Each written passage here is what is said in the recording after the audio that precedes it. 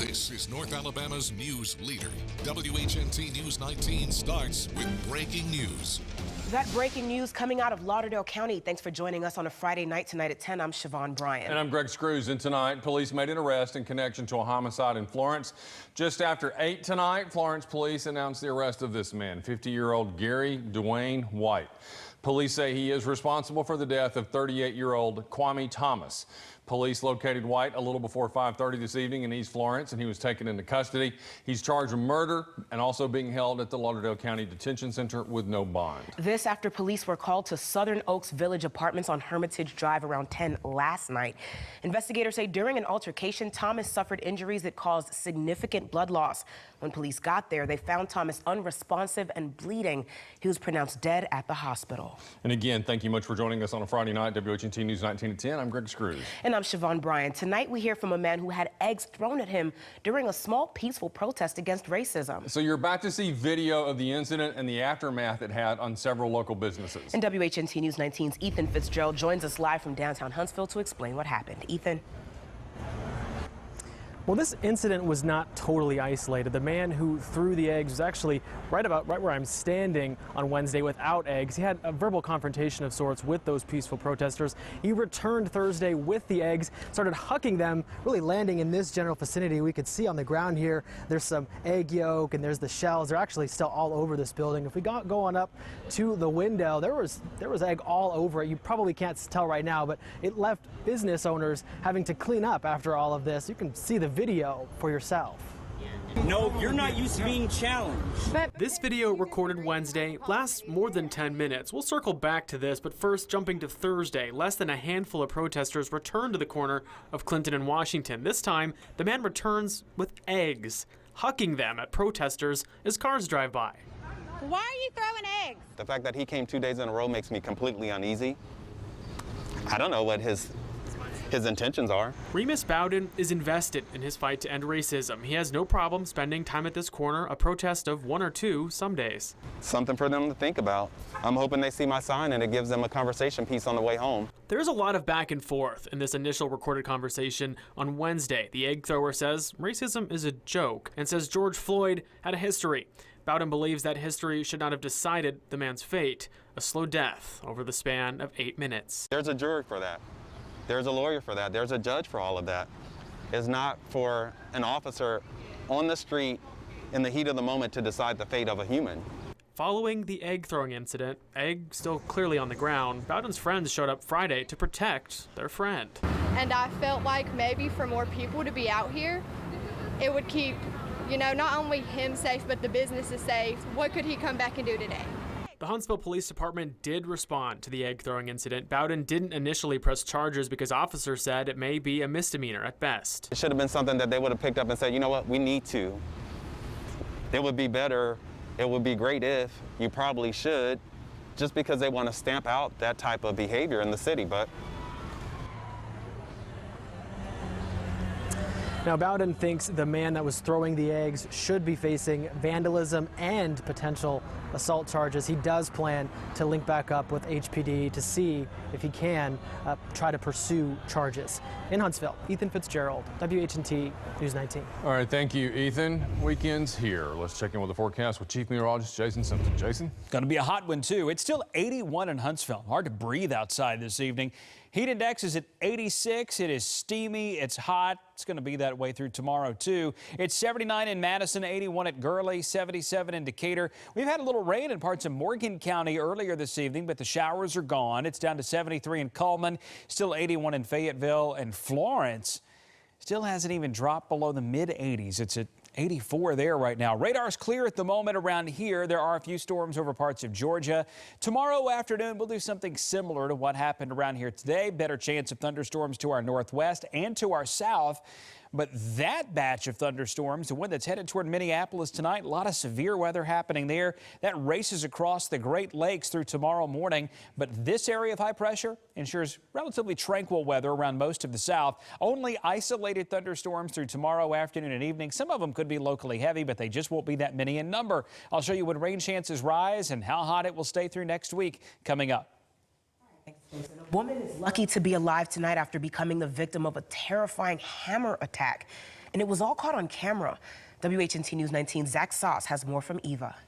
Just from seeing the way that woman took that hammer, I'm about to say I'm happy she's all right just from what we saw on the tape. Marco McDonald, who works at this Jack's Foodland in Eva, among the first to see this shocking surveillance video of his store's parking lot. I was rolling it back. I was going frame by frame. I was just kind of seeing, making sure that woman was okay for one. McDonald and his manager quickly calling the Morgan County Sheriff's Office. The video showing a male passenger and female driver get out of a car in the early hours of Monday morning. Some type of conversation took place that did not please him, I reckon. The woman in the video shown walking away from the man briskly. Meanwhile, the man with her back turned, using his full force to hurl a hammer at her. All of this caught on that camera, and as that woman ran off, the hammer striking her and landing in that grass. Striking her just below the neck, but the Morgan County Sheriff's Office says the male suspect didn't stop there. Instead, he began chasing her down and continuing to assault her. That man then taking off with the woman's car, which was found abandoned a short time later. The sheriff's office identifying the male suspect as 32-year-old Adam Campbell of Cullman. The female victim, whose identity has not been released, was treated for her injuries by EMTs in the parking lot and is expected to recover. I hope he gets caught and, taken to justice. And again, Morgan County Sheriff's Office still searching for that suspect, urging you to call them with any information. In Eva, Zach Sauce, WHNT News 19. The Morgan County Sheriff's Office says Adam Campbell is wanted on 3 warrants for assault, theft of property, and interference with a 911 call. And in Limestone County, authorities charged 2 men with attempted murder and shooting into an occupied vehicle after what they call a road rage incident. Investigators say 23-year-old Isaiah Watson of Decatur and 21-year-old James Owens III of Madison left a truck riddled with bullet holes, nearly hit that truck's driver after Watson allegedly swerved in front of that truck on Highway 72. The driver was able to get away. Watson was arrested by Huntsville police and U.S. Marshals Thursday. Owens called the sheriff's office and turned himself in a short time later. The majority of North Alabama is under a high or very high risk of contracting COVID-19. The Alabama Department of Public Health offers guidelines to help reduce that risk, and some of those include maintaining social distancing in public settings, avoiding groups of people, 20 or more, avoid unnecessary trips to the hospital, for example, and if you're going to go to a restaurant, maybe don't go and order takeout. You can view your county's risk level. All you have to do is go to WHNT.com, and you can also use our news app. Late this evening, WHNT News 19 received an update from the Madison County school system regarding signing up for remote learning. Tim Hall with the district says the deadline has been pushed back to July 24th. The school system decided to give parents extra time to make the best decision for your children. You can view the video that explains more about the remote learning program on WHNT.com as well as on our mobile news app. Some Alabama state senators still at odds with the State Department of Education over the roadmap on how to reopen schools. This week, the governor invited a group of lawmakers to offer recommendations about keeping students safe. Democratic State Senator Bobby Singleton delivered a passionate plea to state school board members asking for more guidance on how to safely reopen schools. He was joined by Republican colleagues, Senator Jim McClendon and Jabo Wagner. Part of this plan is to provide isolation facilities. You've got to have a place to put this child. WHNT News 19 has learned that the governor received a response from the state school superintendent, and she plans to share that information in the coming days. That's according to her office. This afternoon, community leaders in Madison County held their first briefing since the statewide mask mandate went into effect. Madison County residents had been under a county-wide mandate for a week already when yesterday's statewide order took effect. State Health Officer Dr. Scott Harris said earlier this week masks are the best shot we've got, at least until a vaccine is available. Dr. Karen Landers with the Alabama Department of Public Health says she hopes to see a decline in confirmed cases to ease the minds of parents as you prepare for the upcoming school year. We need to be able to get our numbers down so that parents and students and teachers can all feel more comfortable with what's going on in the educational system. That we will need to practice all the social distancing measures. We will need to practice the separation in terms of the 6 feet. Several North Alabama schools have released their reopening plan for the fall. You can read all of them right now on WHNT.com and our mobile news app. And today, the state tax-free weekend begins, and as students and families prepare to head back to school soon, certain items are exempt from tax this weekend, but local sales tax may still apply. Clothing that is $100 or less a piece. However, accessories like belt buckles, handbags, watches, or sunglasses are still taxable.